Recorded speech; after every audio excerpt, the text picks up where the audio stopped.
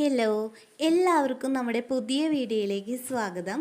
ഇന്ന് വന്നിട്ടുള്ളത് mango pudding ആയിട്ടാണ്. വളരെ എളുപ്പത്തിൽ കുറച്ച് സാധനങ്ങൾ വെച്ചിട്ട് തയ്യാറാക്കാൻ പറ്റുന്ന ഒരു റെസിപ്പിയാണ്. വളരെ ടേസ്റ്റി ആയിട്ടുള്ള ഒരു റെസിപ്പിയാണ്.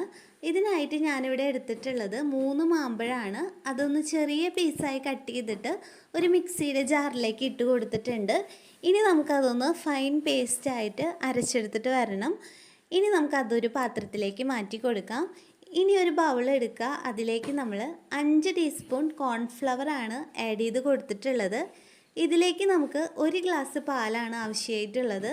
അതിൽ പകുതി പാല് നമ്മൾ ഈ പൊടിയിലേക്ക് ഒഴിച്ചു കൊടുത്തിട്ട് നന്നായിട്ടൊന്ന് കട്ടകളില്ലാതെ മിക്സ് ചെയ്ത് കൊടുക്കണം. നന്നായി മിക്സ് ചെയ്ത ശേഷം നമ്മൾ എടുത്തു വെച്ചിരിക്കുന്ന പകുതി പാലും കൂടി ആഡ് ചെയ്ത് കൊടുത്തിട്ട് നന്നായിട്ടൊന്ന് മിക്സ് ചെയ്യുക. ഇനി ഇതിലേക്ക് നമുക്ക് ആവശ്യമായിട്ടുള്ളത് 1 ടീസ്പൂൺ വാനില എസൻസ് ആണ്. അത് നിങ്ങളുടെ എല്ലാവരുടെ വീട്ടിലുണ്ടാവുമെന്ന് വിചാരിക്കുന്നു. അപ്പോൾ നമ്മൾ അതൊന്ന് ആഡ് ചെയ്ത് കൊടുക്കുക. ഇല്ലെങ്കിൽ നമുക്ക് ഇതിലേക്ക് ഏലക്ക പൊടിച്ചത് ചേർത്ത് കൊടുത്താലും മതി. ഇനി ഇതിലേക്ക് നമുക്ക് 2 ടീസ്പൂൺ മിൽക്ക് മെയ്ഡാണ് വേണ്ടത്. ഞാനതിവിടെ ചേർത്ത് കൊടുത്തിട്ടുണ്ട്. ഇനി നമുക്ക് ഇതെല്ലാം കൂടി നന്നായിട്ടൊന്ന് മിക്സ് ചെയ്ത് മാറ്റി വയ്ക്കാം. ഇനി നമുക്ക് അടിച്ചെടുത്ത മാംഗോ പൾപ്പ് ഒന്ന് നന്നായിട്ട് വേവിച്ചെടുത്ത് വരേണ്ടതുണ്ട്. അതിനായിട്ട് നമുക്ക് 5 ടീസ്പൂൺ ഷുഗറാണ് നമ്മൾ ആഡ് ചെയ്ത് കൊടുത്തിട്ടുള്ളത്. അത് ആഡ് ചെയ്ത് കൊടുത്ത ശേഷം നന്നായിട്ടൊന്ന് മിക്സ് ചെയ്ത് കൊടുക്കുക.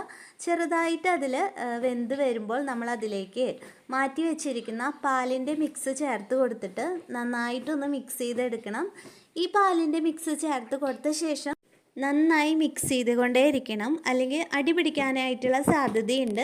ഇപ്പോൾ ഇത് അത്യാവശ്യം നന്നായിട്ട് കുറുകി വരുന്നുണ്ട്.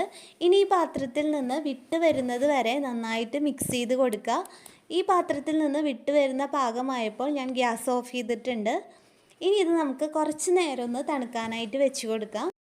ഇതിനി ഇഷ്ടമുള്ള പാത്രത്തിലേക്കോ മോൾഡിലേക്കോ മാറ്റാവുന്നതാണ്. അതിനുശേഷം അരമണിക്കൂർ ഫ്രിഡ്ജിൽ വെച്ച് തണുപ്പിച്ച ശേഷം സെർവ് ചെയ്യാവുന്നതാണ്.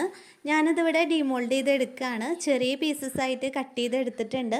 വളരെ സോഫ്റ്റും ടേസ്റ്റി ആയിട്ടുള്ള ഒരു പുഡിങ്ങാണ്. വളരെ കുറച്ച് സാധനങ്ങൾ കൊണ്ടാണ് നമ്മളിത് തയ്യാറാക്കി എടുത്തിട്ടുള്ളത്. എല്ലാവരും ഒന്ന് ട്രൈ ചെയ്ത് നോക്കണം. ഇഷ്ടപ്പെട്ട് കഴിഞ്ഞാൽ നമ്മുടെ ചാനൽ ഒന്ന് സബ്സ്ക്രൈബ് ചെയ്യുക, സപ്പോർട്ട് ചെയ്യുക. നെക്സ്റ്റ് വീഡിയോയിൽ വീണ്ടും കാണാം. അപ്പോൾ എല്ലാവർക്കും ടാറ്റാ.